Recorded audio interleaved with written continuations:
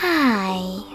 In front of me is Motorola Moto E32s, and today I would like to show you how you can change the food apps on this Motorola. First of all, go into Play Store and install your new food apps. In my case, Opera Mini Browser.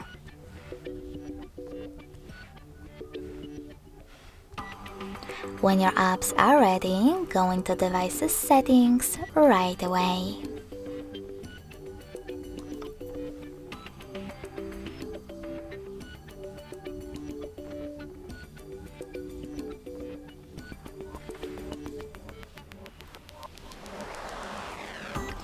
In Settings, click on Apps.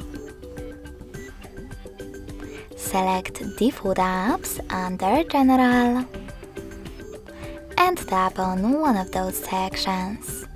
For example, I want to change my browser, so I have to click on Browser app at the top. Click on Opera Mini to set it up and tap on the back button. So when I do that, as you can see, my default app has changed. Thanks so much for watching. If you enjoyed this video, don't forget to leave a like, comment and subscribe. Bye!